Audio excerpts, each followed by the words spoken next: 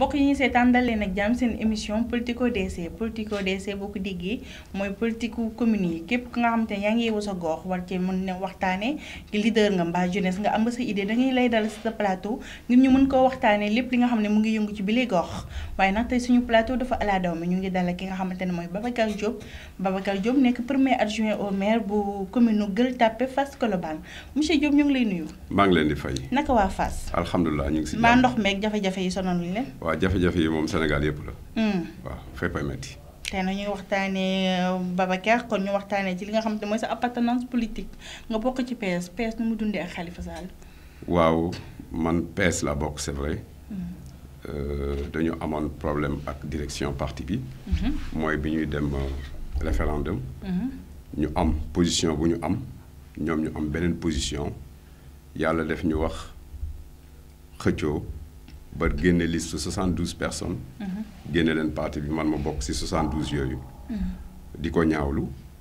ndax suñuy maam suñuy baay. ak ñun ñi ci PS lañ juddoo. donc def ci wax ci liggéey ci ba mu taxaw. su demee ba ñu siy génne ay doom yoo xam ni seeni maam ña ngi foon di liggéey dafay metti donc ñu am fa ay xarit it am fa ay àndandoo yu baax. di féddali kóllëre boobu. waaye di wax ni ñu ngi ànd ak gor piir ku xam boppam ku ñeme lu muy def ku am taxawaay ci réew mi. muy Khalifa Ababacar Sall. bu ñu ko libéré ba léegi yéen taxawaay ngeen am ñu tënk foofu dañ koy parenthèse. waaw bi ñu ko libéré ba léegi dañ ko bàyyi mu nekk ak sagoom di liggéey. seeti ñi nga xam ni ñoom ñoo ko daan seeti. di dem ci dëj yi di waxtaan ak nit ñi di dem foo xam ni en tout cas ñëpp ay nawlem lañu. te bëgg nañ ko mu dem seeti leen. donc ci loolu la ñu taxaw actuellement moom mi ngi koy def ñu nit ñu ngi koy def à la base. ngeen waajal ay taxawaay yu am solo ngir jëlaat li nga xamante ne mooy seen droit ci wàllum politique bi. waaw. d'accord monsieur le maire du ma dugg waxtaan ci yow te laaj ma ne li nga xamante ne mooy seen réalisation depuis 2007 ba 2019 mandat bu gudd nag. waaw mandat bi gudd na. waaye dinañ ci ñëw. mais suñuy réalisation. xam nga acte 3 de la décentralisation. dafa ñëw jaxase mbir mi.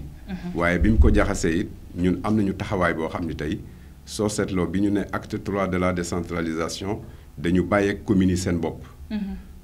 am na communes yoo xam ni daawuñu fay sax salaire parce que dafa metti woon si ñun. si ñoom waaye ñun yàlla suturaal nañu. ba 30 millions yi nga xam ne moom la ñuy suñu masse salariale bi ñuy fay chaque mois. yàlla suturaal nañu ba chaque mois ñu fay ko ameeluñu kenn dërëm. donc loolu taxawaay la. si commune. li am solo aussi mooy prestataires yi nga xam ne ñun ñoom la ñuy liggéeyandool. amul kenn koo xam ni taxaw na ni ñu yoreel ngeen ñu loolu tamit taxawaay la. te soo leen seetloo dëkk bi jaxasoo boo xam ni. pour xaalis am fi dafa jafe. mais yéen daal leen dara. xaw nañu namm dara waaye li ñu namm bëriwul nag. waaw li ñu namm bëriwul parce que am nañu taxawaay suñu commune. te si commune ba nag la ñu dëkk xam fa lu bëri te tekki fa nag.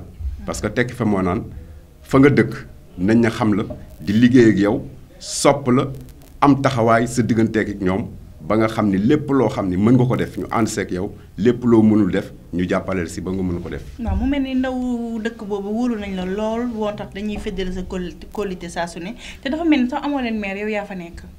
déet bul wax loolu am nañu maire Ousmane Ndoye mooy maire Gueule Tapée Fass Colobane. Ousmane Ndoye kat dañ ko gisul ndaw yëpp yow la ñuy traité directement. waaw Ousmane xam nga dafa nekk nit koo xam ni moom du politicien comme man.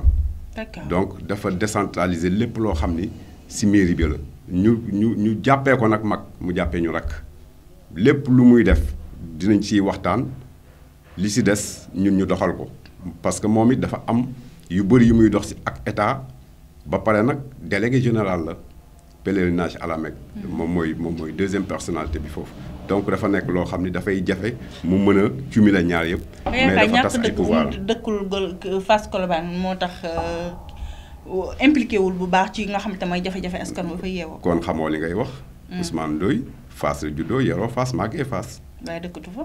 waaw Macky Sall dafa dëkk fi mu juddoo. Macky Sall dëkkul fi mu juddoo Dakar gi la dëkk. donc li am importance. mooy nga am taxawaayu ñu dëkk sa dëkk ba la ñuy def sa dëkk ba nga ànd ak ñoom doxal ko.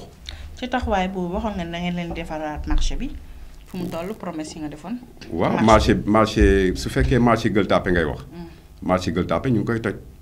ñu ngi koy toj pratiquement à 98% pare na ñu ngi koy toj li si des mooy tablier yi nga xam ne ñooy jaay légumes. te ñu ngi leen dinañ leen génne. bërki démb la ñu commencé toj espace bi nga xam ni fa la ñuy jaay jën nekk. donc marché Gueule Tapée projet de 6 milliards la mosul am Sénégal. mosul am Sénégal marché 6 milliards. mosul am Sénégal 5 am terrain de football ci kaw am piscine ci kaw am ay ascenseur du lu ndaw. daa mel ni monsieur Ndoye dafa bëgg sport nag lu mu dugal ci sport. waa sport sax foofu ñu def sport. sport moom mooy doxal àdduna parce que ku deful sport doo am santé bu baax donc sport dafa baax ci xale yi. waaw mais terrain sport bi lu muy wut ci biir marché bi. waaw xam nga lu tax soo seetloo dëkk bi léegi espace amatu fi xale yi amatuñu fenn fu ñu defee sport. Gueule Tapée soo fa demee espace yëpp utiliser nañ leen. ay kër lañ fa def Sénégal sax laay wax. foo wax ñu ne dañuy tabax kër loolu moo war a jeex àdduna bi yëpp soo demee ay espace jeu dafay am ay espace loisir pour les moins jeunes. am yeneen ak yeneen loolu tax ñu ni bi ñu indee projet bi si biir bureau bi. dem leen ni d'accord ma ci lii ñu ne ma lan nga bëgg mën leen def leen fi piscine pour les moins jeunes les enfants def leen fi terrain de football boo xam ni c'est payant xale yi suñu ñëwee football si fay. d'accord marché bu am ascenseur foo ko gis Sénégal. wala moo ko ma seeti ko gisaguma ko de seen marché da koo fas yéene. dina ko am 3 ascenseurs la inauguration dans 1 an. parce que su toj bi pare 1 an la ñu jox population yi ni leen dina pare parce que liñ ko war a liggéeyee mi ngi fii taxaw. daa mel da ngeen ko téye nag bu ko campagne ñii campagne dañu xamul seen bopp. parce que yàllaay fal. nit mënul fal boppam. waaw. baax na ñu gis ne mandat bi gudd na tànk junj naa la ko. nan nga gisee report des élections locales yi dafa mel ni président Sall da cee xaw a tiit parce que boo perdee sa local rek xam nga ne perdre nga sa présidentielle bu fekkee day fas yéene def 3e mandat. loolu mën naa jàpp ni mën na nekk.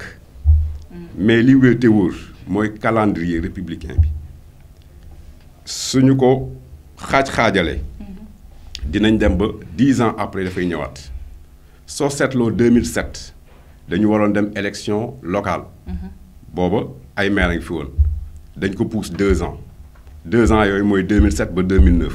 moo ñu topp ba tey xool nga présidentielle yi suñ ko defoon noonu moo ñuy topp tey donc politique laa lay wax te du dañ Macky Sall mënu ko dindi keneen mënu ko dindi. calcul politique dañoo war a jàpp ne Sénégal saa yu ñu waree def élection date sàngam faw ñu yokk ci ñaari at ci kanam. élection locale. parce que 2007 lañ ko defoon yaa ngi fàttaliku bi Ablaye Wade naan mbënd mee tax ñu. pousse élection yi. loolu moo ñu dab ba tey te moo ñuy dab suba kooku ñiy politique mënuñu ko xam waaye ñiy politique xam nañ ko. te loolu lu koy saafara. amul lu koy saafara lu dul delluwaat mbuum ca mboy ba. te loolu mënatul nekk léegi suñu nee 2021 la ñu koy def. ñu fixé ko 2021 nga xam ni chaque 5 ans lañ koy def mais suñ ko deful noonu dinañu am problème encore parce que mënul am 2 élections ci même année. ngay xaar kon jotuñu teg délégation spéciale ci mairie. ça dépend du président de la République mais tey dañu nekk ci démocratie aussi délégation spéciale pour qui amul solo su fekkee ay nit ngay changer. pour jël sa camp politique def délégation spéciale amul njëriñ ñun li ñu gëm. mooy population yi doxal seen bopp ak ñi ñu dëkkal liggéeyal seen bopp ak ñi ñu dëkkal am jàmm ak ñi ñu dëkkal mais soo jëlee délégation jël kenn ku dëkk Cilma Xambaaxol indi ko Gueule Tapée Fass Colobane day am problème te loolu amul njëriñ. d'accord ñu wax ci actualité tuuti gis nañu dañoo mouvement yu bari yëngu nañu ci yokkute li nga xam te ñu ngi yokk wàllum courant gi d'accord nga ci yokkute googu. kan moo si d'accord amul ku si d'accord Sénégal amul koy laaj Sénégal ni ko d'accord nga si courant bi mën la noonu da ngay xool sa kër estimation lañ lay defal nee la lii ngay fay soo amee compteur. lii ngay fay te doo gis agent Sénélec man dama daan gis agent Sénélec mu sol teneem nga gis ko ci mbedd mi. gisati nga ko. amatul léegi dañu wàññi les employés léegi di doxal seen bopp dañuy wax waaw Massamba Ndiaye mi nañ ko dóor 15000 su seddee. nañ si teg 15000 muy 30000 parce que utiliser na courant bu bëri teguñu ko fenn càcc la càcc gu rëy la mais kenn du si wax Sénégal c'est une population passive dañuy seetaan rek suñu waxee ñu ni yàlla baax na waaye yàlla bay sa tool. nit ki day gëm boppam taxaw pour intérêt askanam waaye bu mu taxaw pour intérêt personnel non da ngay taxaw pour sa intérêt population loolu moo fi amatul Sénégal dafa bëri naafiq léegi naafiq kese la c'est nag à tous les niveaux. ngay xaar kon mais aussi tamit nguur gi dafa taxaw seetaan waa Sénélec doon neex def.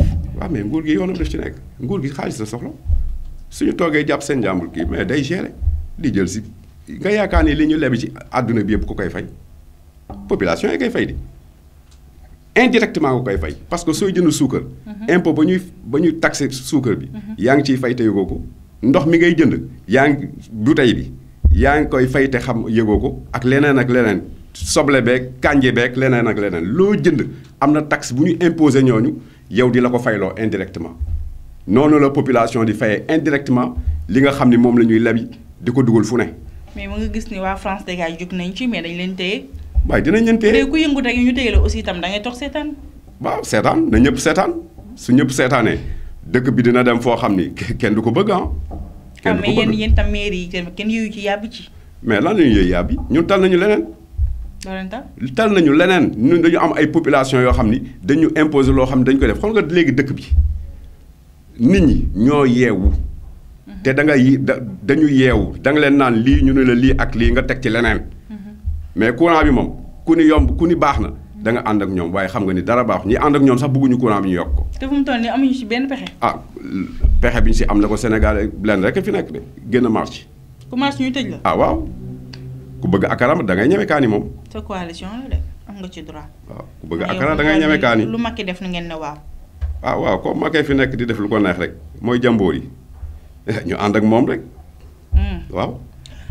yow sa maire yi dafa mel ni amul benn problème parce que maa lay suivi. ci benn émission série. waaw. en tant que maire. oui. ñu teg la ci gox bi. yaakaar nga saafara jafe-jafe yi. bu ñu la gisee ci benn série télévision est-ce que du ñuy laal dara ci sa image wala. man soxlawuma image xam nga lu ma soxla li ma bëgg man ma koy def. xooluma nit ñi way xooluma li nga bëgg bu intéressé bu gàllankoolee askan bi. waaye déglu rek ma xoolal li may def ci série bi yàqul dara sama liggéey 6 heures du matin laa tëdd ba nga ma woowee egsi naa amul lu mu yàq sama liggéey Ablaye Wade toog na fi di guitare di way waxu leen ci loolu. Babacar Diop buy jël série dama lay wax rek. mag moom buur la lu mu def yàlla baal ko dama lay wax rek xam nga ñun il faut ñu yeewu ñun Sénégal xool nga soo demee fu mel ni Égypte def naa fa 10 ans tu vois un général d'armée su wàccee taxi lay dawal demal Maroc gi da nga fay gis ministre bu wàcc yore boucherie. xool nga Sénégal il faut ñu yeewu waaw soo leen ko muul c'est votre problème. ñun politiciens lu ñu leen xam doo caravane ñoo taxaw ci askan gi wax doo ñu ay matt doo sa ndox ñun loolu la ñu ci dama lay wax benn anecdote bu ndaw a ndaw man su ma wàccee sama mairie dama am grand place Gueule Tapée damay dóor sama caayin nekk ak nit ñi ku ma romb nuyu ma waxtaan ak man ma waxtaan ak yow soo ma xasee ma xas la. su fekkee da nga bëgg xeex it ñu xeex. ba xeex waaw bañ a xeex. nit rek laa di nit kese laa. mais sa image nag. alxaq huwa al awwal huwa al aaxir xool nga nit ki su waxul dëgg wax fen. d'accord kan moo la contacté ci série boobu. kan si. série bi nga bokk série bi ma bokk Adama Gueye dama ko xam ça fait maintenant 1 an et demi. mu nekk xale bu baax bu bëgg li muy def gëm boppam ma gis ko ni dama koy jàppale. jàppale rek a tax nag ma dugg ci loolu. parce que xam naa ni nit ku dëggu la. te bëgg na li muy def. d'accord tanaan yenn personnel ban rôle nga fay jouer. waaw dama fay jouer un rôle boo xam ni waaye rôle acteur rek cuuc fii càpp fële. acteur lan exactement. waaw mais xam nga dama nekk acteur boo xam ni dama ànd ak kenn koo xam ni dafa am lu muy liggéey. yore alalam c'est-à-dire héritage la mbiru héritage la. soo seetloo héritage Sénégal tey amul kër gooy dugg. te amul problème héritage. da ngay gis sax kër yoo xam ne paa bi day waaj a dee woo xale yëpp ñu toog mu ni ku fi jaay sama kër. su ma dee yàlla bu ma la raw. genre yu demee noonu. donc ñun dañu war a yee askan bi. looloo tax ñu nekk maire war a mën a dox ci loolu pour yee nit ñi xool nga missionnaire mën na nekk à tous les niveaux. D'accord. xool nga yàlla bu muy yónni Muhammad avant Muhammad sallallahu alayhi wa sallam am na ñu mu yónni waaye Muhammad mooy kenn ki am na ñeneen ñu mu yónni woon waaye Muhammad mooy kenn ki donc missionnaire ñun ñëpp dañu war a nekk missionnaire. ci bii nga fas yéene yam wala bëgg nga yeggaat ci yeneen série. man bàyyiwuma dara. man maa bàyyiwul dara man li ma neex rek laay def li nga xam ni moom laa bëgg. waaw rek dama koy def. bu la joxee yenn rôle yi di nga ko def. comme yan rôle. rôle bu ñu la mënta jox. comme acteur nga rôle bu ñu la jox di nga ko def. waxal yow yaay waxam. yow dama lay laaj yaa posé sa question yaay posé sa question posé question bu la neex ñu tontu la. waaw bu ñu la defee ne par exemple defarul loolu koo xam ne wérul dafa tàggoo sagom di nga ko def. waaw su fekkee dafa nar a yee nit ñi mais dama koy def amul solo. man de loolu dinaa ko fekkee si. waaw amul benn problème. parce que ñun dañu war a yee askan yi. te xool nga ñun ñi nga xam ni ñun la yàlla def ñu nekk responsable war nañu wane le bon exemple. wane le bon exemple mooy lan li nit warul def yépp si lu ñaaw ñun ñuy yee nit ñi pour nit ñi xam loolu ndax dañu am ay doom am ay rakk am ay soxna. am papa am yaay am leneen ak leneen am ay xarit ñoo xam ni bëgg nañu sax te xamuñu donc ñooñu war nañ leen mën a wan yoon. ndax kon laa mën nañu jàpp monsieur le maire Babacar Diop à part politicien il est acteur ku soxla rek mën naa ñëw ci moom mu joué ko ay téléfilm. mais à part boobu mooy sa métier wala foofu nga yem wala am nga yeneen métier. man lu ne lay def man daal lépp luy jëmale askan wi. mais monsieur le maire lan mooy sa profession. man di nga ma bàyyi de. non man dama bëgg xam profession bi kon nag politicien ak acteur. non man nag dama am profession. parce que. dama def anglais. D'accord. waaw mën naa ni professeur anglais laa. D'accord. waaw translate lay def. D'accord. translation lay def ça anglais français français anglais. D'accord. xam nga ça c'est depuis bàyyi naa ko nag parce que maa ngi woon British Council dem jaar naa fa. mais politique bi daf ma yàqal lu bëri. avant loolu sax man commerce naa.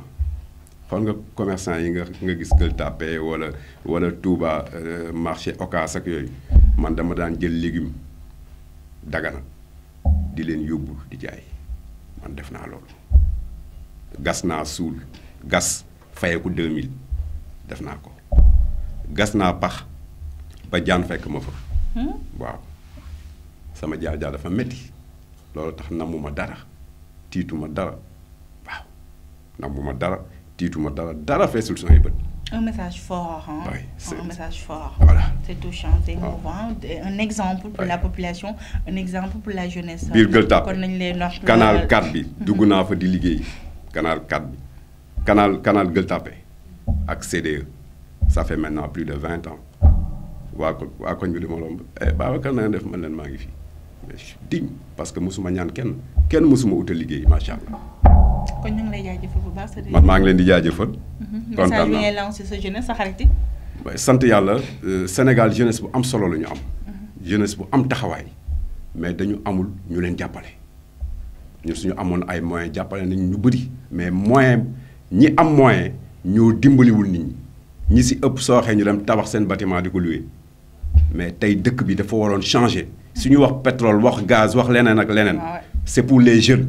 c'est pas pour les vieux. mais fii ñi fiy doxal ñëpp màgget nañu 80 ans la ñu am te duñ ko bàyyee xale yi loolu moo metti Sénégal li fiy metti moo bëri.